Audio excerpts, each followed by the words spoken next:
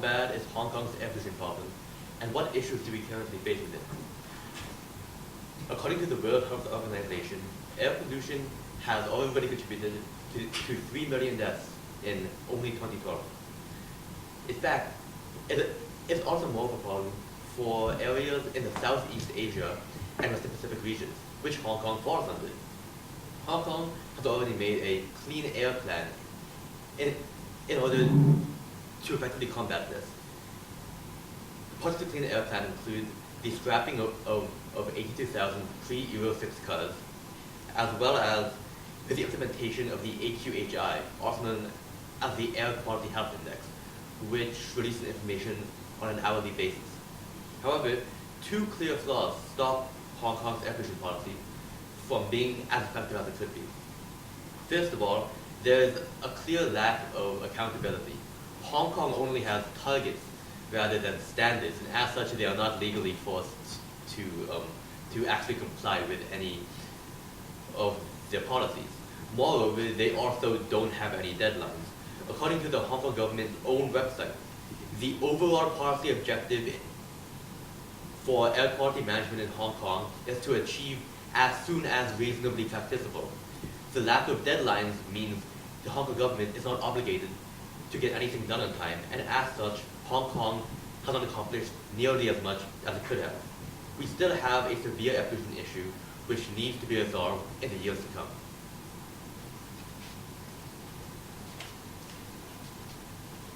Our question is, what is the most effective way of reducing air pollution in Hong Kong? Although there are various methods of reducing effects of pollution in Hong Kong's air quality, here are some of the most effective solutions that we as a group have come up with and to combat the Hong Kong's air pollution crisis. So here's some of our strategies. Architecture. The infrastructure of a city can affect and impact the pollution a lot greater than the actual cars emitting the same amount of pollution. An article published by the Environmental Science and Technology suggests that the most decisive component of air quality in Hong Kong is actually the buildings, not the cars themselves. Areas like Causeway Bay and Central are highly populated and dense architectural areas. This is creating an urban habitat called street canyons, rows of tall buildings along the sides of streets. Here's some of the architectural strategies. The most effective architectural strategies of Hong Kong to reduce air pollution, provided evidenced by existing cities, is vertical gardens and construction regulations. Vertical gardens, or green walls, are strategically placed vegetation vertically along the side of buildings. According to Rebecca Kessler and the Culture Institute of Technology and their team, estimated that street canyon vegetation may reduce concentrations of two of the most harmful pollutants, which is nitrogen dioxide, or NO2, and coarse particulate matter, PM10, by as much as 40 to 60%, respectively. Moreover, the same team believes that city planners can greatly impact the reduction of air pollution in these areas. The model suggests that plants growing vertically alongside the buildings can reduce up to nearly 10 times of NO2 pollutants and 12 times of PM10, just by putting green walls along the sides of buildings. Vertical gardens are positively impact the air pollution in urban environments, and they must be implemented to improve and be more beneficial. Then there's construction regulations. The regulation of construction developments to ensure that they are meeting environmentally positive impact standards. So the building plans can be accepted. And they can go into the next stage of construction. Hong Kong is constantly constructing new areas, and if we were to implement greener building regulations on these new areas before they even built, it would be the most effective way of combating air pollution in urban environments. According to National Geographic, compared to traditional construction, green buildings in the US have reduced CO2 by 34%. Green buildings prove to reduce the effects of pollution in the environment around them and would be the most effective way of combating pollution in Hong Kong.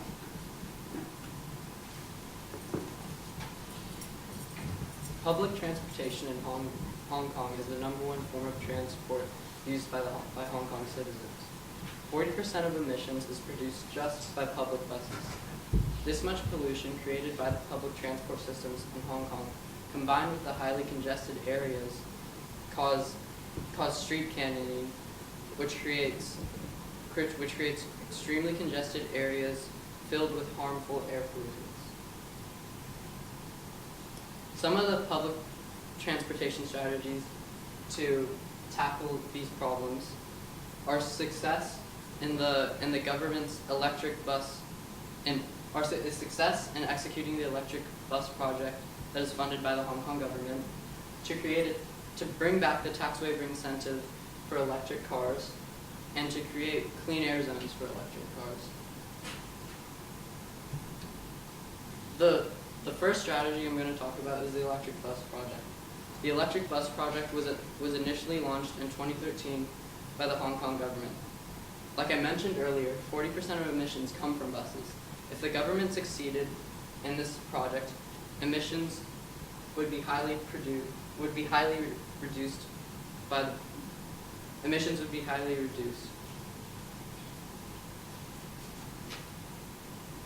The second strategy is a tax waivering incentive. Around 20 years ago, the Hong Kong government had a tax waivering incentive for multiple models of electric vehicles. The government would pay full taxes for these vehicles. This incentive was pulled earlier this year on the 22nd of February. This incentive should be brought back to encourage the use of electric cars and reduce emissions. Clean air zones is a strategy that has been used in the UK to reduce air pollution. Clean air zones is when roads only allow vehicles that pass a smog check. Cars that do not pass the smog check must pay a tax. In highly congested areas where street canyoning exists in Hong Kong, clean air zones are an effective strategy to reduce the effects of air pollution.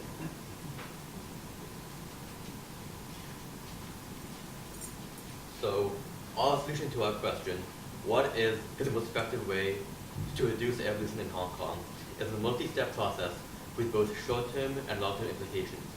Due to Hong Kong's size, density, and busyness, not all parts of our solution may be implemented at the same time.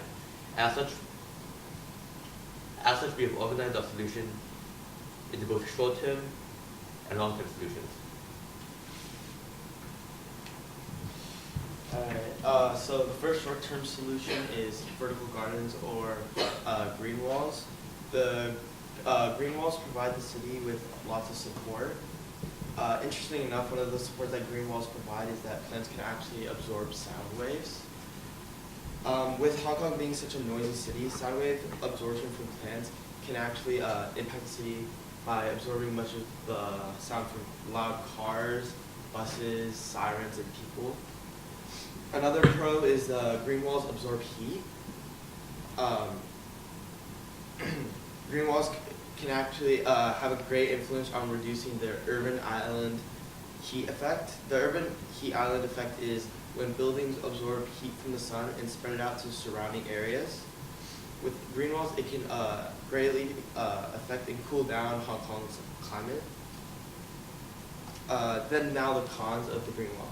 The green wall, the first con comes with the green wall is the pricing for it. According to lifestyle.com, green walls are a luxurious item costing around $900 to $1,500 per square meter. This could be a potential hurdle towards Hong Kong in terms of investing in a green wall. Another con with investing in a green wall is maintenance for them. Again, according to lifestyle.com, there's an average of 50 plants or pots per square meter. And each one of those plants need to be cared for. So Hong Kong has multiple large buildings in their city, and something like a green wall could be a hefty job in terms of maintenance.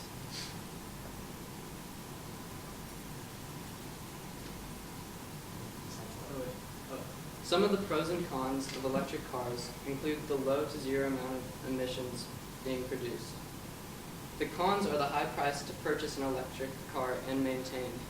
This is why a tax waiver incentive would fix the problem and make electric cars more affordable for Hong Kong citizens. Another short-term solution is environmental construction guidelines. Pro to construction guidelines is construction guidelines are only affecting buildings that are going to be built in the future. So with this idea, it protects buildings that don't meet the regulations now, so it protects them from demolition or inconvenient reconstruction process. The cons of construction guidelines is that the cons of implementing construction regulations is that it prevents cheaper companies to work on buildings because they have to meet the certain guidelines. With environmental regulations comes expensive construction cost. This soon creates a lot of competition between construction groups.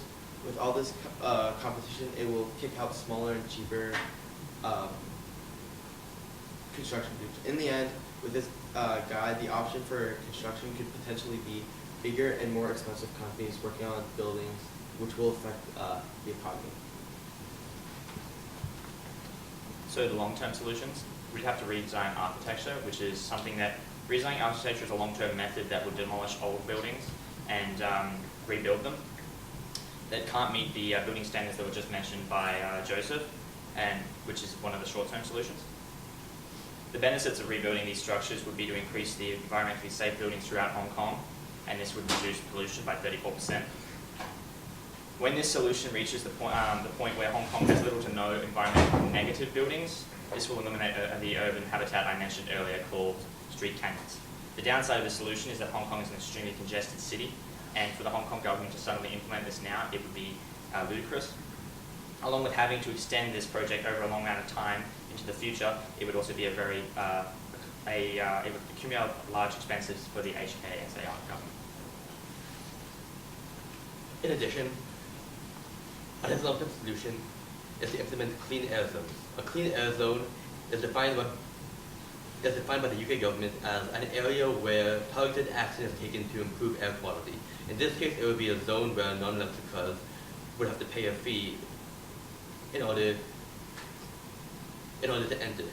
This would incentivize electric cars and make parts of Hong Kong cleaner. However, one downside is that it would funnel pollution to other areas of Hong Kong not within the clean air zone. Lastly, to tie all of our solutions up, time-based deadlines are a necessity. Without time-based deadlines, no solution may be consistently achieved during a specific period.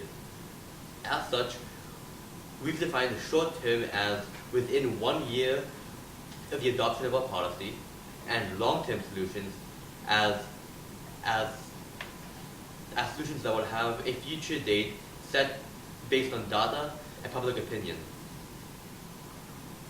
In conclusion, our mix of short-term and long-term solutions will have both an immediate impact in the form of policy changes and green walls, as well as lasting effects through architectural changes and the instatement of clean air zones. Through these solutions and time-based deadlines, Hong Kong will be able to achieve a greener, brighter future for the good of both